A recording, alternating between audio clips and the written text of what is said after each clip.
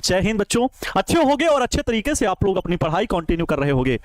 जैसा कि बच्चों आप सभी को पता है कि हम लोग फिजिक्स में चैप्टर नंबर 4 डिस्कस कर रहे हैं, जिसका नाम है गतिमान आवेश तथा चुंबकत्व, मूविंग चार्ज एंड मैग्नेटिज्म, जिसका आज है लेक्चर नंबर 13 बच्चों। जो बेसिकली इसमें सबसे ज्यादा महत्वपूर्ण दो इंपॉर्टेंट नियम मैंने आपको सिखाए हैं, एक तो बायो-सेवर्ट का नियम, दूसरा एम्पियर का परिपथीय नियम। बच्चों वो दोनों ही अपने आप में बहुत खास है और सभी बच्चों ने मन लगा करके उनको पढ़ा भी है, सीखा भी है। निश्चित रूप से मेरा विश्वास कहता है कि सभी बच्चों ने, जैसा कि कल क्लास नहीं चल पाई थी किन्हीं कारणों बस, और वो कारण था लाइट ना होने का, प्रॉपर लाइट नहीं रुक पा रही थी, जिसकी वजह से इन्वर्टर भी डाउन थे प्यारे बच्चों, क्योंकि यहां पे पटना में मेट्रो का भी काम चल रहा है और बहुत ज्यादा गर्मी पड़ने की वजह से भी लाइट जो है वो रुक रुक करके कट करके आ रही है। आप लोगों को भी पता है और ये चीजें स्वाभाविक है बच्चों, क्योंकि गर्मी के दिन है। खैर, सभी बच्चों का सपोर्ट और सहयोग इन्हीं दिनों में बच्चों मुझे चाहिए कि आप जब भी क्लास की ऐसी अनिश्चित कारणों के वजह से क्लास बंद हो तो प्लीज पिछले क्लासेस जो भी आपका बैकलॉग लगा हुआ है या जिन जगहों पर आपको थोड़ी सी कमी महसूस होती है कि इस जगह हम कम मजबूत हैं फिजिक्स के सब्जेक्ट में, उन क्लासेस को आप उस दिन देख लें, स्पीड में देख लें या कैसे भी करके जरूर देख लें। निश्चित रूप से समय का सही उपयोग करना इसे ही कहते हैं। ऐसा नहीं कह रहे चलो छुट्टी है ना, चलो, तो फिर आप कहीं ना कहीं मिस यूज कर रहे हो। ठीक है, चलो तो प्यारे बच्चों आप सभी का स्वागत है आज की इस बेहतरीन सी क्लास में। आज हम लोग क्या सीखने वाले हैं, चुंबकीय द्विध्रुव के बारे में बताने वाले हैं। लेकिन इसके पहले भी मैंने चुंबकीय द्विध्रुव की थोड़ी बहुत चर्चा करके आपको यह जरूर समझाया कि चुंबक दो प्रकार के होते हैं, क्षण चुंबक, नाल चुंबक, ये चीजें पता है। लेकिन चुंबकीय द्विध्रुव के रूप में धारावाही लूप काम करता है, धारावाही कुंडली काम करती है, इस बात को भी हम लोग सीखेंगे। तो good evening my dear all, नमस्तुभ्यम, नमस्कार, अभिनंदन, आभार आप सभी प्यारे मित्रों का, मेरे छोटे छोटे भाई बहनों का, मेरे लाल बाल गोपाल का आज की इस बेहतरीन से क्लास में स्वागत है ना। चलिए तो बच्चों क्लास की शुरुआत करेंगे। उम्मीद है कि आप लोग तैयार होंगे पेन और कॉपी लेकर के। सारी चीजें पता है, अभी तक मैंने जो बच्चों आप लोगों को मैंने फार्मूले बताए हैं, रिवीजन कर लेते हैं पिछली क्लासेस में। इसका मतलब ये नहीं है कि पूरा मैं बायो-सेवर्ट, एम्पियर के परिपथीय नियम सारे फार्मूले बताऊंगा। इस चैप्टर की फार्मूला सीट आप बनाओगे, यस और नो। मैंने कई बच्चों के देखे, उन्होंने भेजे फार्मूला सीट, उन्होंने अभी से कंप्लीट करना शुरू कर दिया चौथे चैप्टर के। हालांकि आपको पता है कि आपके गुरुजी की ये आदत है कि जब मैं न्यूमेरिकल प्रॉब्लम्स बताऊंगा तो उसके पहले फार्मूला सीट कंप्लीट कराऊंगा और फिर आपको न्यूमेरिकल प्रॉब्लम बताऊंगा। बच्चों एक चैप्टर, एक लेक्चर में मेरी आदत होती है कि मैं आपको लेक्चर भी बता दूं, मतलब डेरिवेशन भी बता दूं, साथ ही साथ उसके न्यूमेरिकल प्रॉब्लम भी बता दूं। लेकिन समस्या यह है कि जैसे जो डेरिवेशन है अगर लेंथी होता है तो बच्चों 1 घंटे में एक ही डेरिवेशन हो पाता है, या अगर डेरिवेशन उसी टाइप का दूसरा है तो मुझे लगता है उसी टाइप का दूसरा डेरिवेशन बता देना बच्चों के दिमाग में ज्यादा बैठेगा, क्योंकि न्यूमेरिकल का वेटेज जो है कहीं ना कहीं एग्जाम में, बोर्ड एग्जाम में थोड़ा कम है। और इसका मतलब ये नहीं है कि हमें न्यूमेरिकल तो बहुत ज्यादा सीखने हैं, लेकिन एक बार और सोचिए कि जब आप डेरिवेशन में आपकी कमांड बहुत अच्छे से होगी तो डेरिवेशन का ही स्टेप बाय स्टेप बच्चों न्यूमेरिकल में भी यूज होगा। वहां कैलकुलेशन पार्ट अलग होता है, लेकिन एक फार्मूला, 2 फार्मूला, 3 फार्मूला, जितने भी फार्मूले लगने हैं, अगर कॉन्सेप्ट मजबूत है तो अच्छे से कर पाते हैं। इसलिए मैं चाहता हूं कि आप डेरिवेशन पर कमांड जरूर करें, ठीक है। इसलिए मैं चाहता हूं कि भाई एक क्लास में भले 1 घंटे लगे लेकिन एक लेक्चर बच्चों के दिमाग में सेव हो जाए, ये मेरी प्राथमिकता होती है, ये मेरी पहली जरूरत होती है। ठीक है, क्लियर, ओके। चलिए तो रिवीजन में मैंने बच्चों गतिमान आवेशित कण पर लगने वाला चुंबकीय बल आपको बताया था F बराबर QVB sin थीटा। क्या ये आप लोगों को याद है? F बराबर QVB sin थीटा क्या गतिमान आवेशित कण पर लगने वाला ये बल है और किसी धारावाही चालक पर लगने वाला बल। अगर कोई धारावाही चालक किसी चुंबकीय क्षेत्र में रखा है तो उस पर लगने वाला बल F बराबर IBL sin थीटा। क्या बच्चों ये आपको याद है? मैंने आपको पिछले लेक्चर में यह सिखाया था कि 2 समांतर धारावाही चालक हैं, 2 समांतर धारावाही चालक हैं जिसमें I1 I2 एम्पियर की धारा प्रवाहित हो रही है। ये दोनों जो तार हैं, चालक, धारावाही चालक तार जो कि अनंत लंबाई के हैं, इनके बीच लगने वाला जो चुंबकीय बल होगा वो कितना होगा? तो F बराबर 1 म्यू नॉट अपान में 2 पाई, म्यू नॉट अपान में 2 पाई I1 I2 अपान में R। क्या यही था? कितना था जरा ये वैल्यू बताओ। अच्छा, यहीं से आपने इनटू में L, यहीं पर ये L जो है ये किसी भी चालक की L लंबाई में, मान लो इस चालक की कितनी लंबाई में? L लंबाई में उत्पन्न चुंबकीय क्षेत्र का, चुंबकीय बल का मान बताना था। और इसी से बच्चों मैंने 1 एम्पियर की परिभाषा भी आपको सिखाई थी, इसी से मैंने 1 एम्पियर की भी परिभाषा आपको सिखाई थी। अरे सिखाई गई होगी दोस्त, ऐसा तो है ही नहीं कि आपको बताया ना गया हो। 1 एम्पियर की परिभाषा भी आपको सिखाई गई थी। I1 और I2 के मान बराबर हैं, L का मान 1 है, R का मान 1 है, इन सभी से आप लोगों को यह बताया गया था। बोलो यस और नो। ये चीजें कल के लेक्चर में, लास्ट लेक्चर में क्लियर हो गई थी। यस सर, जी गुरुजी प्रणाम। ओके सर, 90 प्रयोग क्यों होगा और कहां होगा? ये बाबू आप डेली भाई प्रोसेस है ये। साइन 90 कहां प्रयोग होगा कहां नहीं, ये कोई रटाया तो नहीं जाता। ये आप पूछ रहे हो कहां नहीं कहां, ये तो रटने वाली भाषा पूछ रहे हो कि साइन 90 कहीं पर यूज होता होगा। यूज तो नहीं होता। ये दाएं हाथ का कमाल है। दाएं हाथ की हथेली के नियम नंबर 1 व 2 से एंगल निकाला गया कि बी और वी के बीच में कितना कोण, या बी और एल के बीच में कितना कोण। ये बच्चों हम लोग दाहिने हाथ की हथेली के नियम नंबर 1 से चुंबकीय क्षेत्र का दिशा निकालते हैं और नियम नंबर 2 से चुंबकीय बल की दिशा निकालते हैं। तो प्लीज रेगुलर आपको क्लास में जुड़ना होगा, तभी ये चीजें पता चलेंगी। नेक्स्ट बच्चों, आज हम जो बात करने वाले हैं वो हेडिंग लगाइएगा सभी लोग। एक समान चुंबकीय क्षेत्र में पहले हम जो पढ़ाएंगे, एक समान चुंबकीय क्षेत्र में धारावाही लूप पर बल आघूर्ण। तो हेडिंग लिख लीजिए, एक समान चुंबकीय क्षेत्र में, ओ भाई, एक समान चुंबकीय क्षेत्र में, एक समान चुंबकीय क्षेत्र में, एक समान चुंबकीय क्षेत्र में, एक समान चुंबकीय क्षेत्र में धारावाही लूप या धारावाही कुंडली भी बोल सकते हो। लूप को कुंडली बोलते हैं। लूप बच्चों एक फेरे का हो जाता है और कई फेरे उसी जगह पर लपेटते जाओ, ऐसे ऐसे ऐसे ऐसे घुमाते जाओ, तो उसे आप कुंडली भी बोल सकते हैं। तो लूप और कुंडली दोनों एक ही चीज है। तो धारावाही लूप या कुंडली, धारावाही लूप या कुंडली पर बल आघूर्ण, पर बल आघूर्ण। चलिए आप सभी लोग ये हेडिंग लगा लीजिए। एक समान चुंबकीय क्षेत्र में धारावाही लूप पर बल आघूर्ण, मतलब बल आघूर्ण को इंग्लिश में क्या बोलते हैं? टॉर्क बोलते हैं। Torque on, torque on current carrying loop और coil. Torque on current carrying loop और कॉइल। भाई लूप या कुंडली, तो लूप और coil in uniform magnetic field, in uniform magnetic field, uniform magnetic field. अब कुछ बच्चों के मन में आ रहा होगा कि सर ये प्रश्न कैसे पूछेगा, तो आइए हम प्रश्न भी इसका लिख देते हैं कि इसका प्रश्न किस प्रकार बनेगा।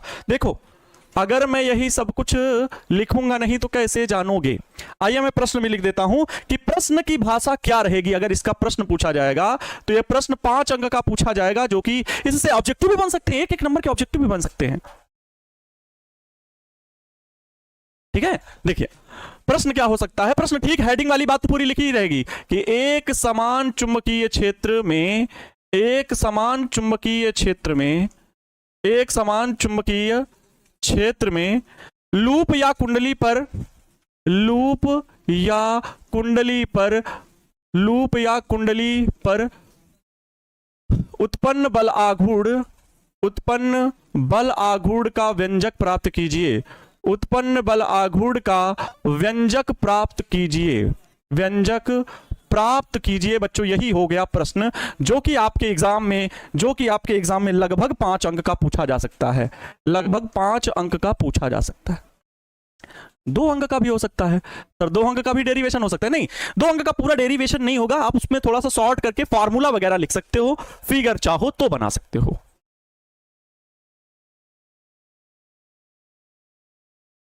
क्लियर है दोस्त? ओके चल चलिए, अच्छा सूर्य देव से बोल के गर्मी कम करवा देंगे, ठीक है।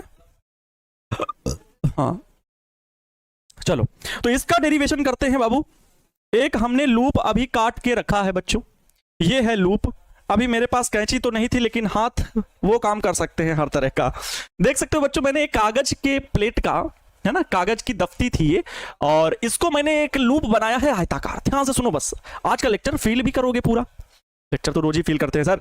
ये लूप है बच्चों जो कि आयताकार है। लूप सर क्या होता है? चारों ओर से बंद आकृति लूप कहलाती है। सभी को पता है, मैंने पहले भी बताया। यही होता है ना, जो आप अगर किसी दिन नहीं क्लास किए, मिस कर दिए, तो फिर आप बहुत चीजें मिस कर जाते हो। बहुत चीजें, एक चैप्टर नहीं पढ़े ना, इसका मतलब बहुत कुछ नहीं पढ़ा। चैप्टर नहीं पढ़ा अगर आपने, तो बहुत कुछ नहीं पढ़ा, बहुत कुछ नहीं पढ़ा। ये चीज जान लो। इसलिए मैं कहता हूं कि कभी भी लाइव लेक्चर मिस मत करें, कभी भी नहीं।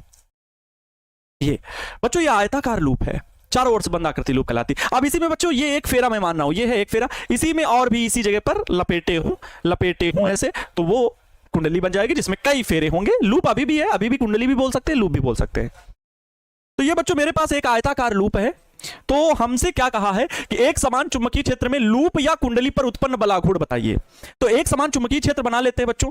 मेरे पास मान लो ये एक समान चुंबकीय क्षेत्र फैला हुआ है जिसकी दिशा कागज तल के लंबवत भीतर की ओर है, जो कि आपको इसमें दिखाई भी दे रहा होगा, जो कि आपको यहां पर दिखाई भी दे रहा होगा। यस और नो? क्या बच्चों आपको यहां पर दिखाई दे रहा है?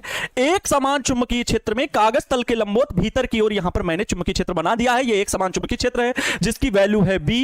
ये फैला हुआ है पूरे यहां पर, इसकी दिशा किधर है? भीतर की ओर है।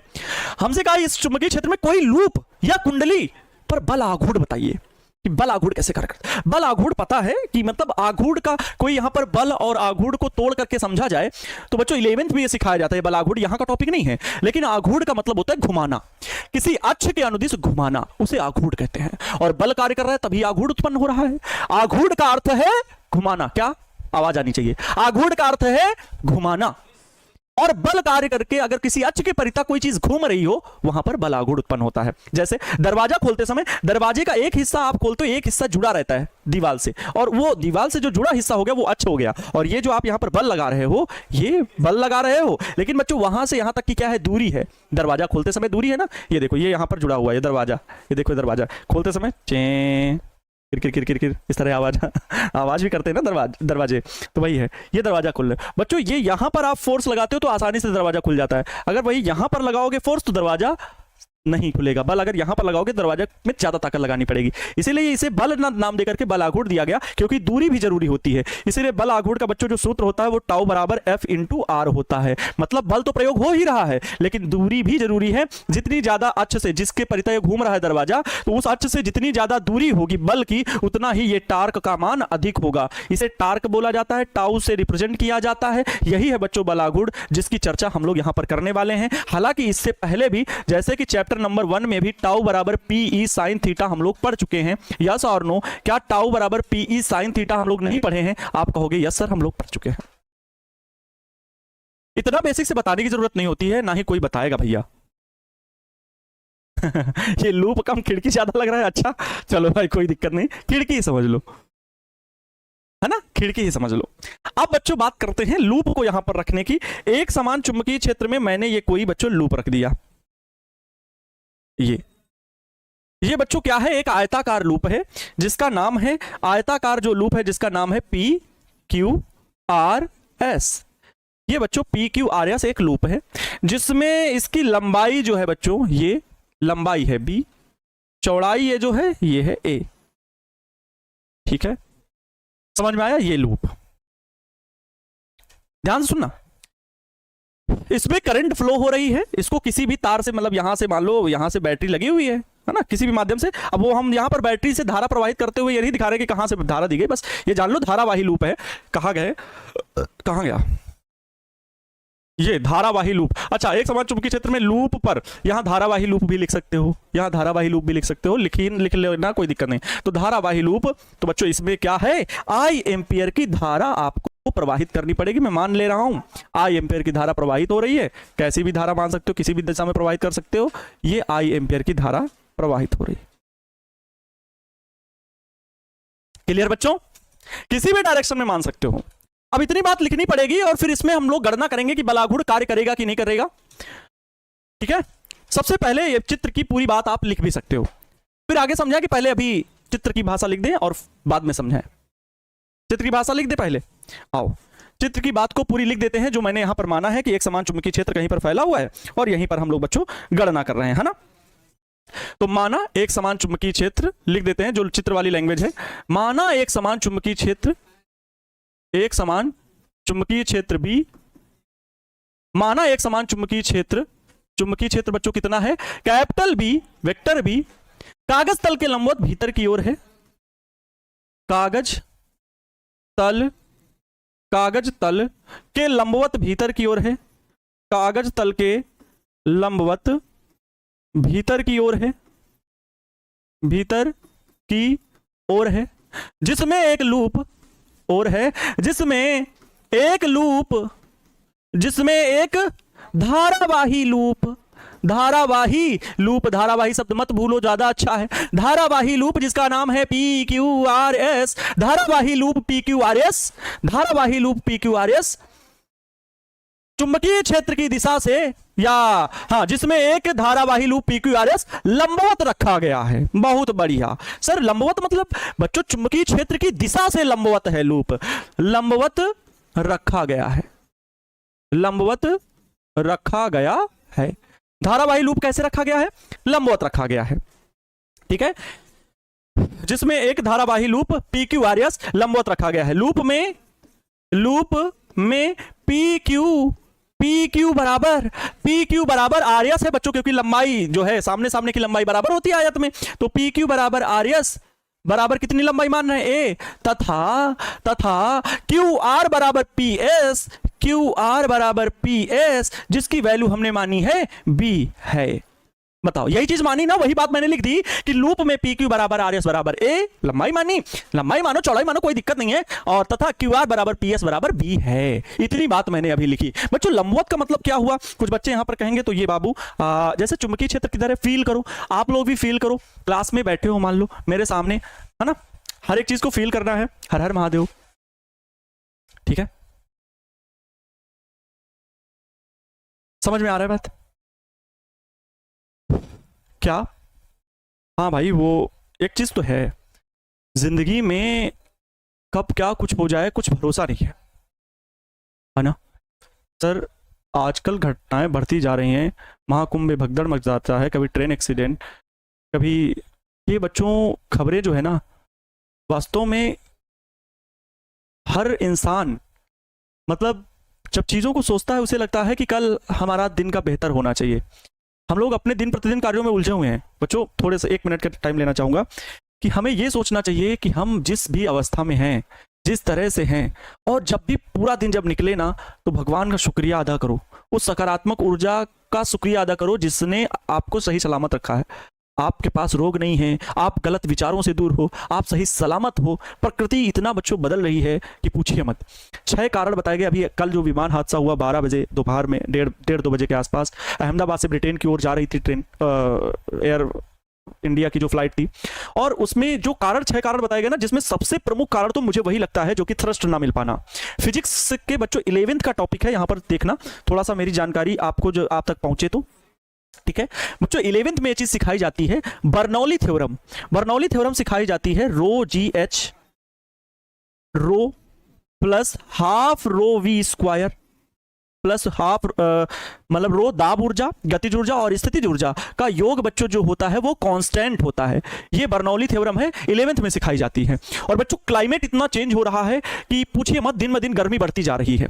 कल बच्चों लगभग 47 डिग्री सेल्सियस तापमान था अहमदाबाद का, और इस 47 डिग्री सेल्सियस तापमान में जब प्लेन उड़ रहा था, तो ये कारण भी बताया जा रहा है कि थ्रस्ट ना मिल पाना। हालांकि कारण और भी 5 है, लेकिन जिसमें जो मैं प्रमुख कारण मानता हूं वो ये भी हो सकता है, क्योंकि इसको कई लोगों ने सपोर्ट किया है। क्लाइमेट चेंज की वजह से जो है बच्चों दिन ब दिन तापमान बढ़ता जा रहा है। जो पृथ्वी का पहले औसत तापमान जितना हुआ करता था, उससे हम 1.5 डिग्री सेल्सियस आगे पहुंच चुके हैं, 1.5 डिग्री सेल्सियस। और जिस दिन 3 डिग्री सेल्सियस के करीब पहुंचेंगे, 3-3.5 डिग्री सेल्सियस पृथ्वी का औसत तापमान जितना होता है, उससे अगर बढ़ गया तो बच्चों तबाही होना, प्रलय आना पृथ्वी पर तय है। अब कारण सुनो, फिजिक्स साइंटिफिक कारण मैं बता रहा हूं। यहां पे वो बात नहीं हो रही कि सर सिलेबस से हट के हम लोग बात कर रहे हैं, बल्कि जो घटना हुई है उसमें फिजिक्स से रिलेटेड भी बात कर रहे हैं। और बच्चों को सिंपैथी भी होनी चाहिए। हालांकि दुर्घटनाएं एक नहीं, बेल्जियम में हुआ, ब्राजील में बच्चों अभी फ्लाइट जो है क्रैश हुई थी कुछ दिन पहले। तो ये घटनाएं तो अगर दुनिया में तमाम घटनाएं होती रहती, अगर हम इन पे बहुत ज़्यादा बच्चों सोचेंगे तो मन उलझा रहेगा, मन में मन नहीं लगेगा, क्योंकि भावनाएं हैं, हर व्यक्ति के अंदर भावनाएं पाई जाती हैं। हर एक घटना, पति पत्नी के विवाद वाली घटनाएं इतनी ज़्यादा बढ़ रही हैं, लोगों के विचार कितने गंदे हैं, चरित्र कितना गंदा है, सोच करके मतलब ये लगता है कि भारतवर्ष भी किस तरह की संस्कृति में उलझता चला जा रहा है पता नहीं। सोचोगे तो दिमाग दहल जाएगा। इसीलिए मैं कहता हूं कि शिक्षा के साथ संस्कार होना बहुत जरूरी है। ज्ञान तो बहुत है आपके पास, लेकिन संस्कार नहीं है तो मतलब आपका जीवन व्यर्थ है। ये चीज मैं बता रहा हूं कि ये बर्नौली थ्योरम है। और बच्चों जो कल विमान क्रैश हुआ, जो गर्म हवाएं होती हैं वो ठंडी हो जाती हैं, और प्लेन जब नीचे होता है, इससे ये होता है, निष्कर्ष निकलता है कि दाब जो है वो वेग के व्युत्क्रमानुपाती होता है।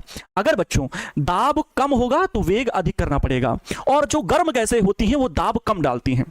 बात तो सुनना ध्यान से। गर्म गैसें दाब कम डालती है क्योंकि वो हल्की हो जाती हैं और हल्की होकर के ऊपर उठने का प्रयास करती हैं। तो गर्म हवाएं हल्की होती हैं जिससे डेंसिटी बच्चों क्या होती कम होती है। और अगर डेंसिटी यहां पर ये जो रो देख रहे हो, रो वो घनत्व ही है, डेंसिटी ही है।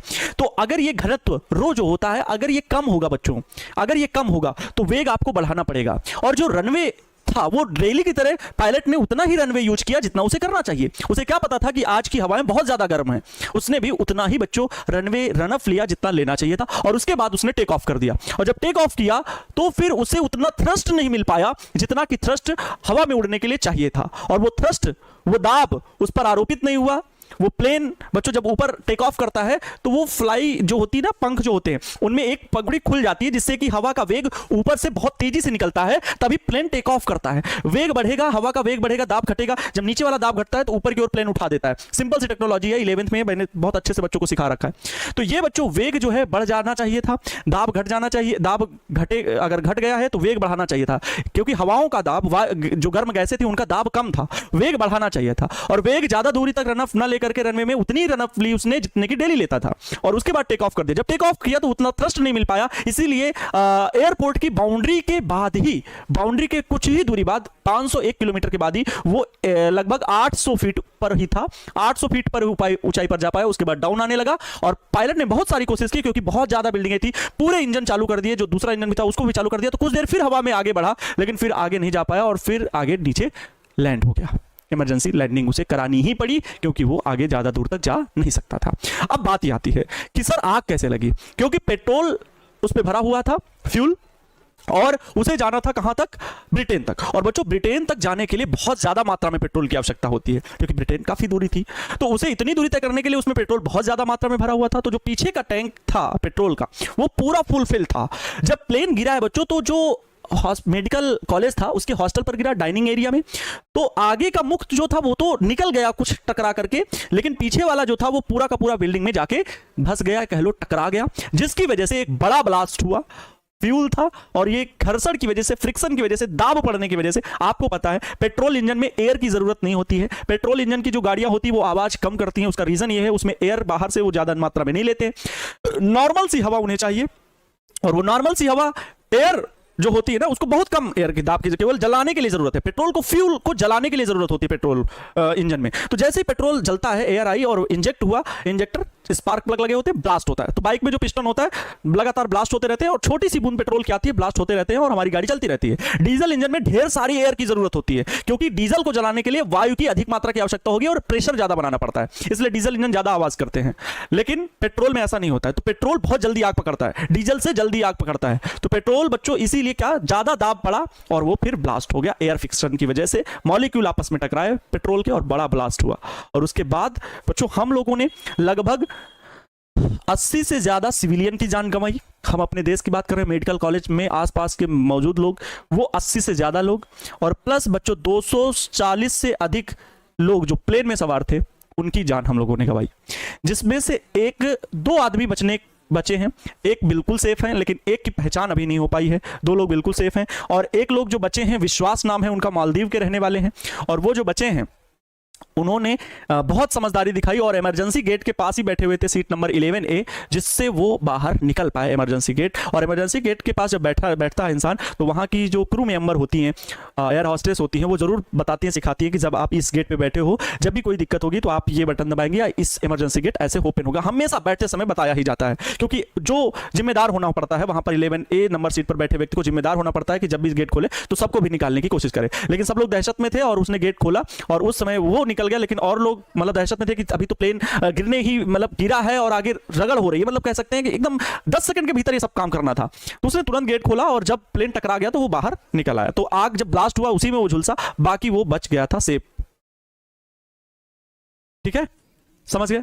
तो हम लोग भाई बस दुआ और प्रार्थना कर सकते हैं, मानवता हम लोगों के अंदर तो बसती ही है। तो मैंने ये जो आपको कुछ समझाने के लिए बोला है, ये सिर्फ और सिर्फ आपको बताने के लिए कि ये न्यूज़ उद्देश्य मेरा क्या था कि क्लाइमेट चेंज बच्चों बहुत हो रहा है, हमें अपने आसपास पेड़ पौधे लगाने चाहिए, जो हम कर रहे हैं दिन प्रतिदिन। हम अपने आने वाली पीढ़ियों को नहीं बल्कि अपने ही जीवन को बच्चों, इसी अपने ही जीवन काल में हम अपने देख लेंगे कि किस तरह से क्लाइमेट चेंज हो रहा है और हमारी यात्रा किस तरह आगे दुर्लभ होने वाली है। निश्चित रूप से बहुत ज़्यादा क्लाइमेट चेंज का, जितनी ज़्यादा एसी लग रही हैं, जितना ज़्यादा गाड़ियाँ निकल रही हैं, जितना ज़्यादा ये फ्यूल बर्बाद हो रहा है, जितने ज़्यादा जैव विविधता, मतलब समझते हैं ना, आज हमने लगभग 80% जानवर जो हैं जंगल को खत्म कर डाले हैं और जंगलों को काट करके उनको तहस नहस कर दिया है।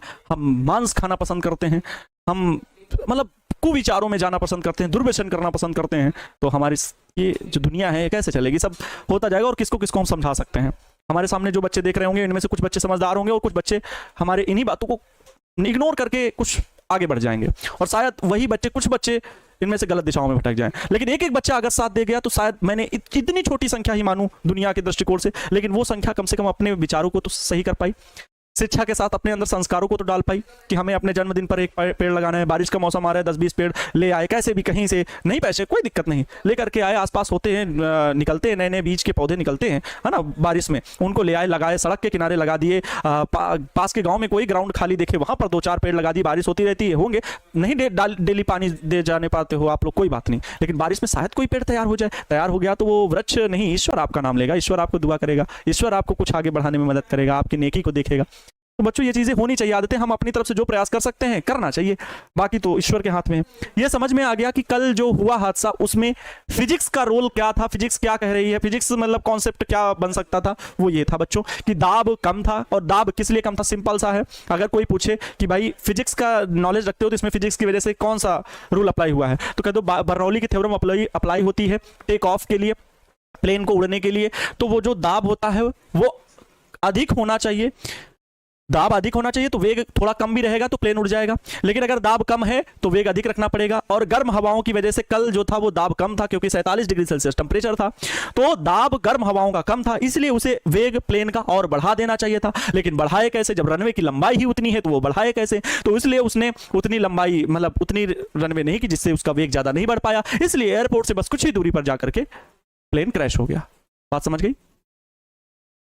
आप किसी को कोई दिक्कत, आप एक्सप्लेन कर पाओगे? एक बार मुझे यस सर कमेंट में लिखिएगा कि सर मैं इस बात को किसी के साथ भी एक्सप्लेन कर लूंगा, फिर मैं आगे बढ़ूंगा। बच्चों टाइम बहुत कम है सर, मैं अभी तक 150 पेड़ लगा चुका हूं। आपके पुरुषार्थ को धन्यवाद, बहुत अच्छी बात है। ये हाथ एक अच्छे इंसान के आगे जुड़े हैं, ठीक है, बाकी तो हम पीट देंगे। बहुत अच्छी सूचना है, अगर सही बोल रहे हो तो, है ना। बाकी मैं विश्वास ही करता हूँ आप लोग जो कमेंट में लिखते हैं अच्छा ही लिखते हैं। किसी को कोई दिक्कत तो नहीं हुई कि सर इतनी देर आपने इस पे बोल दिया? टॉपिक तो हम लोगों का ये था। टॉपिक इसलिए मैंने बहुत सारे बच्चों को देखा कि सर इस पर कुछ आपको बोलना चाहिए, सर बोलना चाहिए, कितनी बड़ी घटना हो गई ये चीज। समझ गए? सोचो कितने सारे, ये 80+ बच्चों मेडिकल स्टूडेंट्स थे, डॉक्टर थे, हमने उनको भी खोया।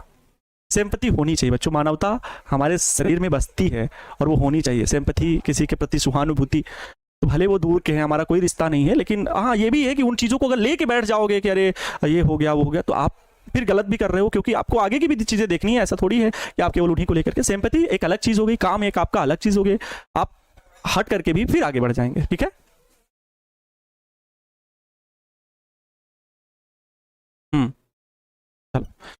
आप सुनेंगे ये आगे की कहानी इसमें।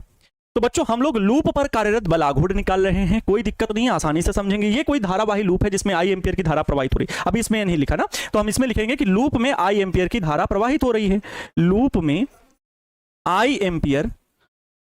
एम्पियर की धारा प्रवाहित हो रही है।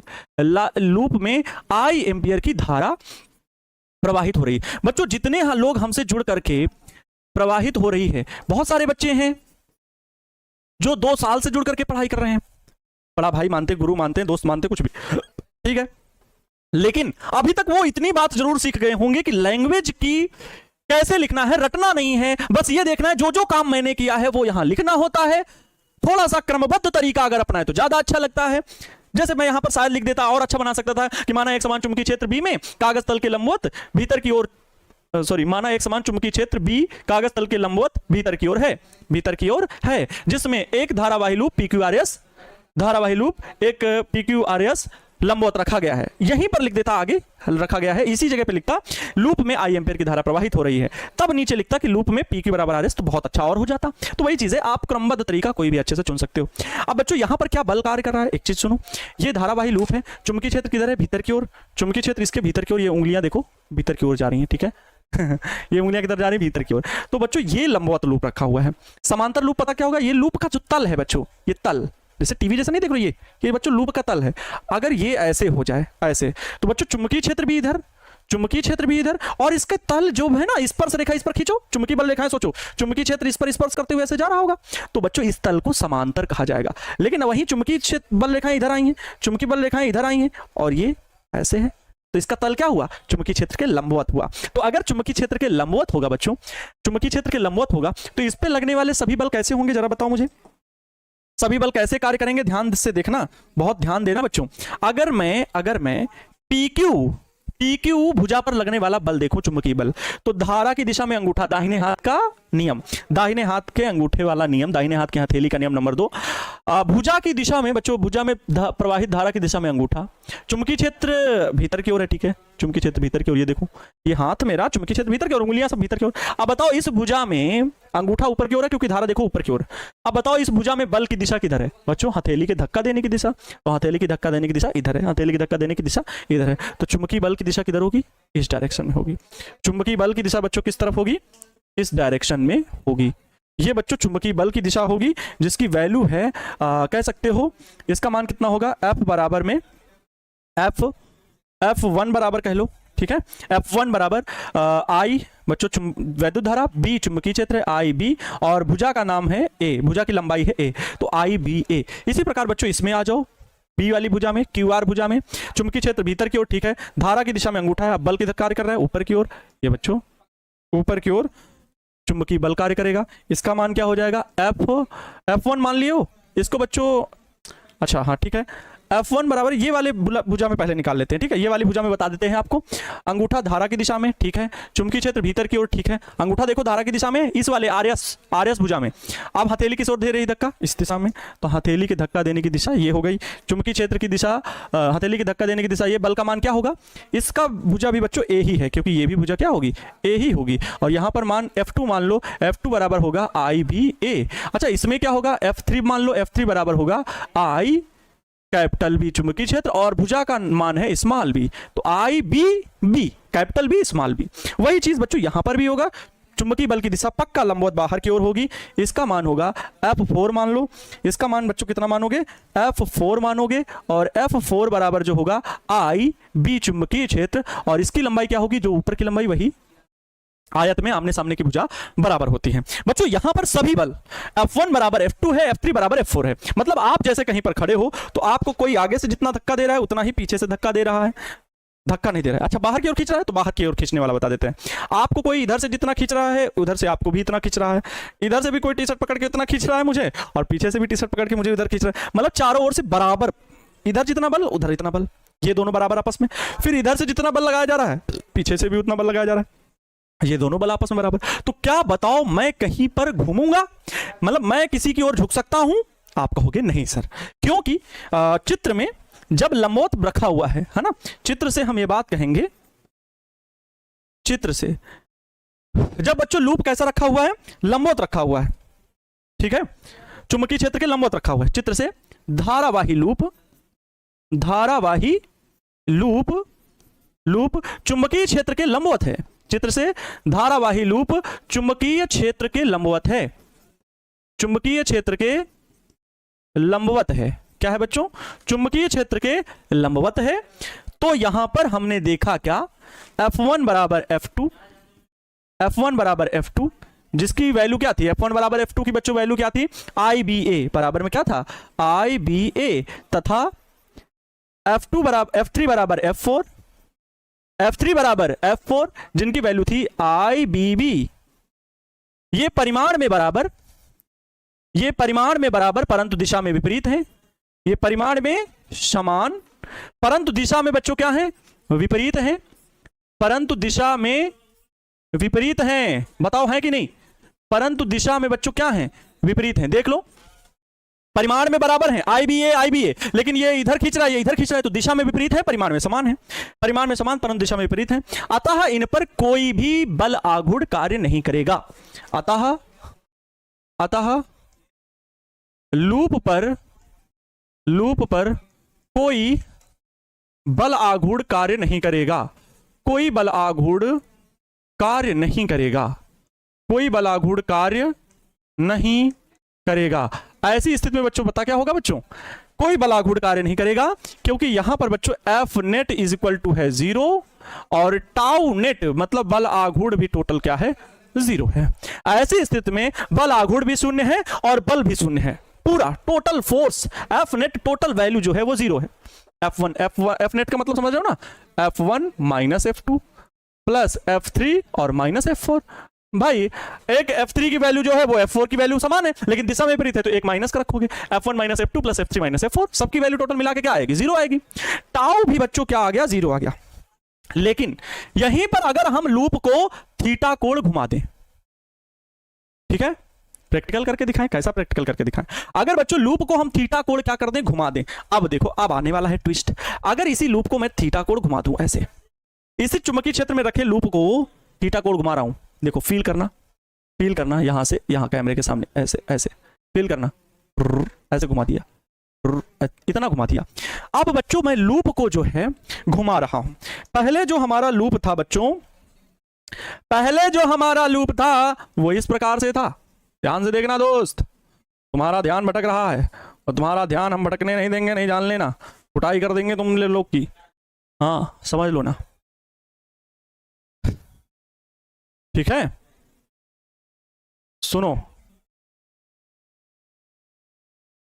सुनोगे बस ध्यान से।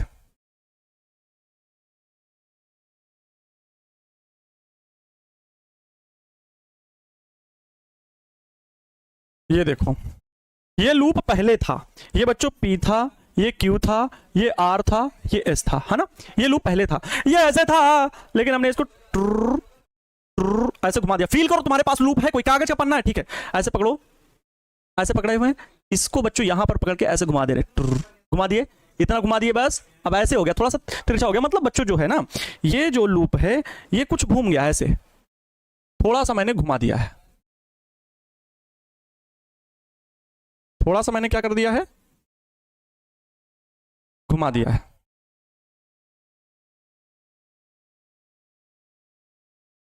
समझ गए, मतलब पहले बच्चों इधर था, अब R यहां पर पहुंच गया है और S यहां पर आ गया है। समझ गए बात को भाई, लंबाई वही है, ये भी B है, B ही है, अभी ये B ही है, ये लंबाई A ही है। बात समझ गए। तो ये बच्चों हुआ है, चाहे किनारे से पकड़ के ऐसे घुमा दूं या बीच से पकड़ करके ऐसे, बीच से पकड़ करके। इसके बच्चों दो तरीके के डेरिवेशन है। अब आप बताओगे मुझे, किसी भी किताब में चले जाओ, सुनो ध्यान से, डिफरेंट टाइप में डिफरेंट डेरिवेशन दिए गए हैं। अब सुनोगे मतलब आप क्या निकालने वाले, टार्क। सुनो ध्यान से, आप निकालने वाले क्या हो, टाउ। अब टाउ बराबर कितना होगा, टाउ कब काम करता है, अब सर टार्क कैसे काम कर रहा है, कैसे काम कर रहा है बच्चों। देखो ये लूप था, इसको मैंने ऐसे घुमा दिया, तो आप पता, इस भुजा में बल इधर की ओर, इस भुजा में बल उधर की ओर, विपरीत है ना, परिमाण में बराबर है, लेकिन बच्चों इनकी क्रिया रेखाएं बदल गई। सर क्रिया रेखा बदल गई, आप सुनो मैं बताता हूं, ध्यान से सुन लेना बच्चों, फील करना प्लीज प्लीज प्लीज, रिक्वेस्ट करता हूं। ये आप भी चाहो तो खड़े हो जाओ, खड़े हो जाए, हो गए, नहीं खड़े हो रहे हो, खड़े हो जाओ, नहीं तो मुझे रॉड देखनी पड़ जाएगी, प्लीज खड़े हो जाओ अपनी जगह पे। पहले तो सभी लोग खड़े हो, पहले आज खड़े हो गए, तभी हम फील करके बता पाएंगे, ठीक है। आपको टॉर्क निकालना है, टॉर्क, पहले खड़े हो जाओ सभी लोग, पहले सभी लोग खड़े हो, हाँ 2 फिगर बनाएंगे प्लीज, ठीक है। आपने ये हाथ फैला लिए, ठीक, हाथ फैला लिए, या फिर हाथ ऐसे रखो, अच्छा हाथ फैला के ना खड़े हो सकता है आप ऐसी जगह पे हो जहां हाथ फैलाने की जगह ना हो, ऐसे खड़े हो, ऐसे खड़े हो। आपको कोई इधर से इतना कंधे से खींच रहा है, इधर से खींच रहा है, आगे से खींच रहा है, पीछे से खींच रहा था अभी तक, इस वाले चित्र में, इस वाले चित्र में, लेकिन अब आप ऐसे नहीं खड़े हो, अब आप ऐसे खड़े हो गए हो, थोड़ा इधर देख रहे हो, कुछ मिल गया होगा खाने पीने वाली चीज, तो आप इधर देखने लगे। अब जब आप इतना एंगल बच्चों घूम गए, पूरा एंगल ऐसे लंबवत ऐसे पूरा नहीं घूमे हैं, थोड़ा सा घूमे हैं, मतलब ऐसे थे, इतना थीटा डिग्री घूम गए। अब वही बल सोचो जो इस कंधे में लग रहा था बाहर की ओर, वो उधर, और ये वाला भी इधर खींच रहा था, तो मान लो ये इधर खींच रहा है, ये इधर खींच रहा है, तो बताओ हम क्या घूम नहीं जाएंगे, अरे फिर यार ऐसे खड़े हुए थे, ये इधर खींच रहे हैं, ये इधर खींच रहे हैं, ठीक है। लेकिन जब हम ऐसे हो गए तो ये इधर खींच रहे हैं और ये इधर खींच रहे हैं, तो बच्चों हम घूम जाएंगे। क्यों घूम जाएंगे? क्योंकि दोनों की ये जो पहले क्या था ना, क्रिया रेखा एक थी। क्रिया रेखा का महत्व यहां पर समझना। क्रिया रेखा, स्पर्श रेखा खींच दो। स्पर्श रेखा मतलब समझते हो ना, सटी हुई रेखा। बच्चों अगर ऐसे हम थे या ऐसे ही खड़े हुए थे तो इस कंधे पे जो इधर बल लग रहा था, इधर बल लग रहा था, दोनों बलों को मिलाने वाली रेखा खींचिए जरा, तो सेम थी, मतलब एक के ऊपर एक होकर के जा रही थी। लेकिन अब एक बल ऐसे लग रहा है इधर, एक बल इसमें इधर लग रहा है, क्योंकि भाई ये ऐसे था ना बाहर की ओर, तो वैसे ही मान लो ये इधर क्या लग रहा है, तो इसकी क्रिया रेखा अब इधर हो गई, इसकी क्रिया रेखा इधर होगी। भला मिलाओ ना, ये क्रिया रेखा इधर जाएगी, इसकी क्रिया रेखा इधर जाएगी और इसकी क्रिया रेखा इधर जाएगी। तो दोनों की क्रिया रेखाएं अलग हो गई, समांतर हो गई। भले पहले ऐसे थी, पहले क्रिया रेखाएं ऐसे थी, समझ में आ रहा है, लेकिन अब ऐसे हो गई दूर हो गई, क्रिया रेखाएं अलग अलग हो गई, कुछ गैप आ गया है। क्रिया रेखाओं में कुछ क्या आ गया है? गैप आया। हम बैठ गए हैं सर, बैठ जाओ नहीं थक जाओगे। तो ये चीज करना है बच्चों, यहां पर वही चीज बल आघूर्ण कार्य करने लगा। मेरा बस बताने का मकसद ये था कि बल आघूर्ण कार्य करने लगा। आघूर्ण मतलब घुमाना, और मतलब अगर ऐसे थे तो इधर भी उतना बल लग रहा था, इधर भी उतना बल लग रहा था, पीछे भी उतना बल लग रहा था, आगे भी, और सबकी क्रिया रेखा एक। भाई इधर इतना सेम, इसी के जस्ट पीछे उतना, भाई इसमें जस्ट इतना ऊपर उतना इधर, जिधर इतना उसी क्रिया रेखा पर उधर भी उतना। तो चारों परिमाण में बराबर, ये इसके बराबर तो एक दूसरे को निरस्त कर दे रहे हैं, ये इसके बराबर तो ये इसको निरस्त कर दे रहे हैं। काम खत्म, कहीं नहीं जा रही बॉडी। लेकिन जब क्रिया रेखाएं अलग हो गई, अर्थात हमने थीटा कोण पर घुमा दिया है। अगर बच्चों ये एंगल जो मैंने था, ये थीटा कोण पर हमने क्या कर दिया है? घुमा दिया है। तो जब थीटा कोण पर घुमा दिया तो ये क्रिया रेखा इसकी इधर हो गई और इसकी क्रिया रेखा इधर हो गई। अब बैठ जाए, हाँ बिल्कुल बैठ जाइए। चलो टाइम भी हो रहा है यार, बहुत टाइम हो रहा है। बताओ यार, हम डेरिवेशन समझाते समझाते इतना टाइम निकल जाता है। बच्चों एक शॉर्टकट वाला डेरिवेशन बता दें, सबसे आसान वाला, क्योंकि नोट्स में जो जाएगा वो डेरिवेशन मैंने बीच में पकड़ के घुमाने वाला बता रखा है, बीच में पकड़ वाला। तो मैं कल रिवीजन में बीच में पकड़ के घुमाने वाला बता दूंगा, और आज बहुत आसान वाला बता दे रहा हूं, ठीक है? बहुत ही आसान वाला। तो यहां पर लिखते हैं लैंग्वेज बच्चों क्या लिखते हैं कि जब लूप को थीटा कोण पर घुमाते हैं, जब लूप को थीटा कोण पर रखते हैं, तब क्या होता है बच्चों? जब थीटा कोण पर लूप को घुमाते हैं या रखते हैं, थीटा कोण पर, ठीक है? तो देखो बच्चों ध्यान से देखना, P जब ऐसे घुमा दिए ना ऐसे, तो इस कंधे पर लगने वाले बल की दिशा इधर, इस पे इधर। लेकिन ये वाला इस पर इधर खींच रहा था और इस पर इधर खींच रहा था। इन दोनों की बल रेखा समान है, मतलब इस पर और इस पर, इस भुजा पर लगने वाले बल बराबर है और इनकी क्रिया रेखा भी एक है, अर्थात QR और PS रखते हैं तब। यहां पर पूरी बात लिखते जाएंगे, QR रखते हैं तब पूरी बात लिख देंगे, जिससे कि आपको कभी कंफ्यूजन ना हो। आप एग्जामिनर के सामने भी पूरी बात लिखना। भुजा QR और PS में कार्यरत बल कितना होगा बच्चों? कार्यरत बल है F बराबर IBB। परिमाण में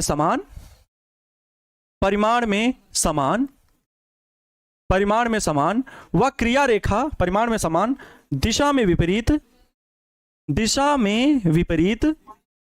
विपरीत तथा क्रिया रेखा भी समान है, क्रिया रेखा भी समान है, परंतु क्रिया रेखा भी समान है। अच्छा हाँ ठीक है, क्रिया रेखा भी समान है, तो ये बल एक दूसरे को निरस्त कर देंगे। तो ये बल एक दूसरे को निरस्त कर देंगे, मतलब बच्चों खत्म कर देंगे, निरस्त कर देंगे। परंतु भुजा QP या कह लो PQ तथा RS, परंतु भुजा PQ व RS पर कार्यरत बल F, अच्छा इन पर क्या कार्यरत बल थे? F3 व F4 थे ना कार्यरत बल। जैसे यहां पर बल का मान ये F1 F2 दोनों बराबर ही हैं, तो यहां पर मैं F3 बराबर F4 लिख दे रहा हूं। वहां पर भी बच्चों आप F1 बराबर F2 लिख सकते हो, कोई दिक्कत नहीं है। F3 बराबर F4 IBA कार्यरत बल PQ भुजा व RS भुजा पर कार्यरत बल F3 बराबर IBA परिमाण में समान है, कोई दिक्कत नहीं है बच्चों। F नेट यहां भी 0 है, परिमाण में समान, दिशा में भी विपरीत हैं। अरे ये सर क्या बोल रहे हो? हाँ, दिशा में भी विपरीत हैं, परिमाण में समान, दिशा में विपरीत, परंतु क्रिया रेखा एक नहीं है। दिशा में विपरीत परंतु लेकिन क्रिया रेखा एक नहीं है। लेकिन क्रिया रेखा, लेकिन बलों की, ये लिख दे रहा हूं, बलों की क्रिया रेखा एक नहीं है, क्रिया रेखा समान नहीं है। बलों की क्रिया रेखा बहुत इंपॉर्टेंट है, बलों की क्रिया रेखा समान नहीं है, क्रिया रेखा समान नहीं है, समान नहीं है। अतः बल आघूर्ण कार्य करता है, अतः बल आघूर्ण कार्य करता है बच्चों, बल आघूर्ण कार्य करता है। यहां पर भी बच्चों एक चीज मैं बता दूं, बल आघूर्ण कार्य करता है, यहां पर भी जो है F net is equal to 0 है, F net is equal to 0, बल दोनों समान है, परिमाण में भी बराबर है, दिशा में भी विपरीत है, F net is equal to 0, लेकिन टाउ नेट 0 हो यह जरूरी नहीं है। टाउ नेट 0 ऐसी स्थिति में बिल्कुल भी नहीं है, चीज समझ लेना। यहां पर लिख दे रहा हूं, बल 0 हो, परिणामी बल 0 हो सकता है, परंतु बल आघूर्ण नहीं। परिणामी बल 0 हो सकता है, परिणामी बल 0 हो सकता है, 0 हो सकता है, परंतु इसका अर्थ यह नहीं है, परंतु इसका अर्थ यह नहीं है, परंतु इसका अर्थ यह नहीं है कि बल आघूर्ण भी 0 हो, कि बल आघूर्ण भी 0 हो, यह नहीं है, परंतु इसका अर्थ यह नहीं है कि बल आघूर्ण भी 0 हो, बल आघूर्ण भी 0 हो। बहुत बड़ी बात मैंने लिखी है, अच्छे नहीं इसको याद रखते हैं। परिणामी बल 0 हो सकता है, परंतु बल आघूर्ण 0 हो यह बिल्कुल भी स्पष्ट नहीं है। अब बच्चों बल आघूर्ण आखिर कितना होगा, आइए मैं बताता हूं। टाउ की वैल्यू क्या होती है, बहुत साधारण तरीके से डेरिवेशन हो जाएगा बच्चों, डेरिवेशन बहुत छोटा है, सिर्फ समझने वाली बात है, सिर्फ समझने वाली बात है। बल आघूर्ण बराबर होता क्या है, यही यहां पर समझना है। बल आघूर्ण बराबर बच्चों होता है, बल आघूर्ण बराबर होता है बल का परिमाण, ध्यान से सुनो, बल का परिमाण गुणे क्रिया रेखा से लंबवत दूरी। ध्यान से सुनो, यह चीज बहुत इंपॉर्टेंट है, क्रिया रेखा से लंबवत दूरी, क्रिया रेखाओं के बीच की लंबवत दूरी, ये बहुत ज्यादा जरूरी है।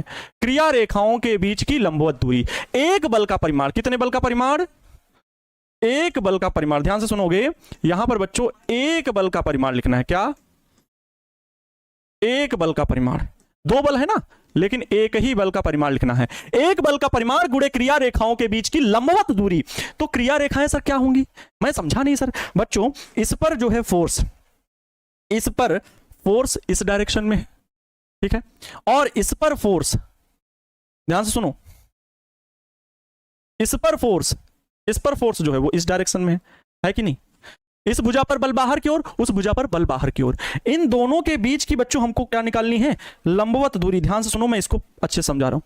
ये बच्चों इन भुजाओं को स्पर्श रेखा से बढ़ा दो एक दूसरे को, अब इनके बीच की लंबवत दूरी ये निकालनी है, लंबवत दूरी ये वाली निकालनी है, ये वाली, इन दोनों के बीच की लंबवत दूरी ये क्या होगी। तो मैं बता देता हूं बच्चों, जो बल का मान है ये एफ, इसकी लंबवत दूरी ये वाली पता करनी है, ये कितनी होगी। तो बच्चों एक चीज याद करो, एक चीज मैं आपको समझाता हूं थोड़ा सा। अब मैं इसको बस समझा दिया हूं, लंबवत दूरी इतना बना देंगे चित्र तो बहुत आप कंफ्यूज हो जाओगे, बहुत कंफ्यूज हो जाओगे। ये F बराबर है IBA और ये F बराबर ये F3 है, ये F1 है ना, F1 है, F1, और ये F बराबर हो गया, F2 बराबर हो गया IBA। ध्यान से सुनो, ये बच्चों B की वैल्यू है, ठीक है, ये B वैल्यू है। लंबवत दूरी हमें पता करनी, लंबवत दोनों क्रिया रेखाओं की, इसकी और इसके बीच की लंबवत दूरी, ये B है, मान लो क्या है, वेक्टर B। इसका बच्चों एक घटक होगा, ये ऊर्ध्व घटक जो होगा, जो अभी अब दूरी निकाल रहे थे, वो होगा बच्चों B sin थीटा, और इसका क्षैतिज घटक होगा B cos थीटा। तो इन दोनों के बीच की दूरी B cos थीटा, लेकिन जो लंबवत दूरी होगी ना ये वाली, इन दोनों बलों के बीच की जो लंबवत दूरी होगी, ये जो यहां पर बनी हुई है, वो बच्चों क्या होगी, B sin थीटा होगी। क्या होगी, B sin थीटा, याद रखिएगा लंबवत दूरी। वही दूरी बच्चों यहां पर सेम डिस्टेंस होगी इन दोनों बलों की, जो मैंने अभी यहां पर बनाया था, ये B sin थीटा होगी लंबवत दूरी। यही दूरी निकल के आएगी दोनों की। यहां पर बच्चों हम कहेंगे बल का परिमाण, कोई भी दोनों में एक बल जो भी हो, F1 × में क्रिया रेखाओं के बीच की लंबवत दूरी, तो B sin थीटा। F1 की वैल्यू हो गई IBA, इनटू का बच्चों ये b इनटू का साइन थीटा। ठीक है, अब बताइए आई बी ए क्रॉस बी, ये जो ए क्रॉस बी दिख रहा है लंबाई गुणे चौड़ाई, जो कि हो जाएगा क्षेत्रफल लूप का, तो आई बी ए साइन थीटा, आई बी ए साइन थीटा, ये बच्चों टाउ बराबर, यही बच्चों फार्मूला हो गया बल आघूर्ण का, जो कि यहां पर बता देंगे। यहां ए बराबर क्या है, लूप का क्षेत्रफल है। ए क्या है, लूप का क्षेत्रफल। यहां लूप का क्षेत्रफल कैपिटल ए बराबर है ए क्रॉस बी, ए क्रॉस बी। एक चीज और जान लेंगे, ये जो आई ए है, आई और ए का गुणनफल, ठीक है, प्रयोगों से ये बताया गया। ये जो आई और ए है ना, इसकी तुलना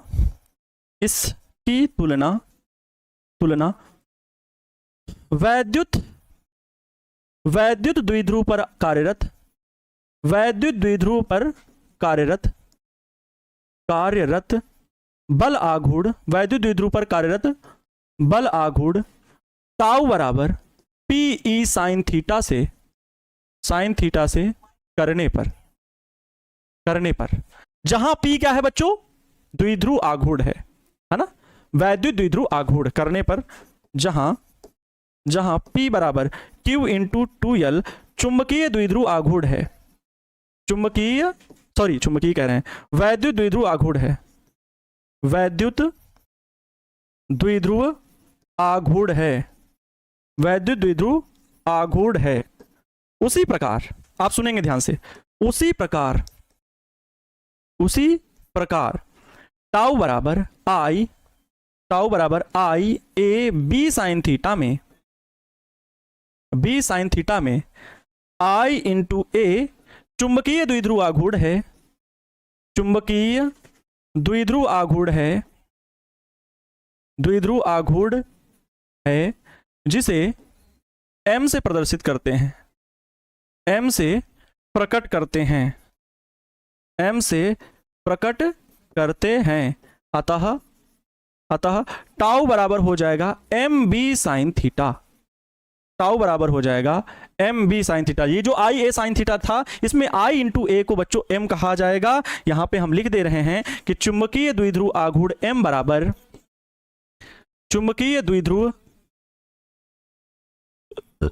आघूर्ण एम बराबर आई ए, इसका मात्रक क्या मिलेगा, एम्पियर मीटर स्क्वायर। मात्रक क्या मिला, एम्पियर मीटर स्क्वायर। चुंबकीय द्विध्रुव आघूर्ण का एम्पियर मीटर स्क्वायर, ये मात्रक मिल गया है बच्चों, याद रखिएगा। ठीक है, इस पर हम और चर्चा कल करेंगे, आज के लिए इतना ही रखते हैं क्योंकि समय बहुत ज्यादा हो गया है। ठीक है, समझ में आ गया, इतनी बात समझ में आ गई। डेरिवेशन बहुत आसान है बच्चों, बहुत आसान है। मैंने बताया कि टाउ यहां पर कार्य करेगा, बस इसकी जो दूरी, लंबवत दूरी निकालनी है, जैसे वहां पर निकाले थे। आप कहोगे सर आप ये ऊपर यहां वाली दूरी बतानी, तो आप वहां कैसे दूरी बता रहे हो, लंबवत दूरी?